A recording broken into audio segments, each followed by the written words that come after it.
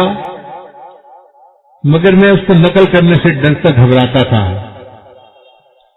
مگر ایک مرتبہ یہ واقعہ میں نے رائے کے سالانہ اجتماع میں حضرت مولانا محمد اسلم ملتانی ایک بزرگ تھے جو بہت ہی اچھا بیان کرتے تھے اور بڑے بزرگوں میں سے تھے، ان کی زبانی رائے کے سالانہ اجتماع میں سنا تو پھر میرے اندر بھی جرأت آ گئی اس کو نقل کرنے کی. فرمانے لگے کہ اللہ کے اپنے بندوں کے ساتھ محبت کا تعلق ہوتا ہے. ایک مرتبہ شبلی رحمت اللہ علیہ وضو کر کے اپنے گھر سے نکلے مسجد میں جانے کے لیے، تو اللہ نے الہام فرمایا شبلی ایسا گستاخانہ وضو کر کے میرے گھر کی طرف جا رہے ہو، ایسا گستاخانہ وضو کر کے میرے گھر کی طرف جا رہے ہو.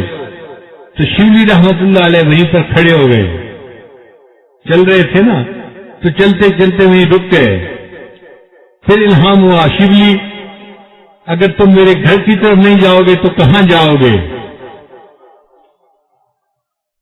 اب نہ جائے ماندن نہ پائے رفتن، نہ آگے جا سکتے ہیں نہ پیچھے ہٹ سکتے ہیں، کھڑے. تو انہوں نے اللہ کی محبت میں زور سے اللہ کا نام لی، اللہ کا نعرہ لگایا.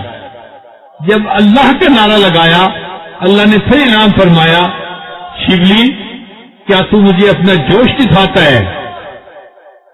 شبلی کیا تو مجھے اپنا جوش دکھاتا ہے؟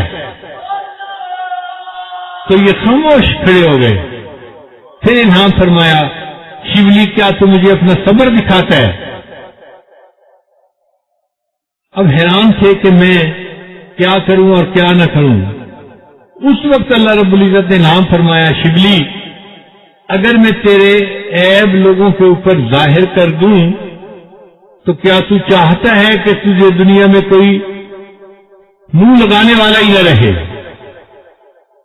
شبلی اگر میں تیرے عیب لوگوں پر ظاہر کر دوں کیا تو چاہتا ہے کہ تجھے دنیا میں کوئی منہ لگانے والا ہی نہ رہے؟ تو پھر اس وقت ان کی طبیعت کے اندر بھی وہ محبت کا جذبہ اٹھا. جواب میں فرمایا اللہ کیا آپ چاہتے ہیں کہ میں تیری رحمت کھول کے لوگوں کو بیان کر دوں؟ تجھے پوری دنیا میں سجدہ کرنے والا کوئی نہیں ملے گا. جب یہ کہا تو فوراً الہام ہوا شبلی نہ تو میری بات کہنا نہ میں تیری بات کہتا ہوں.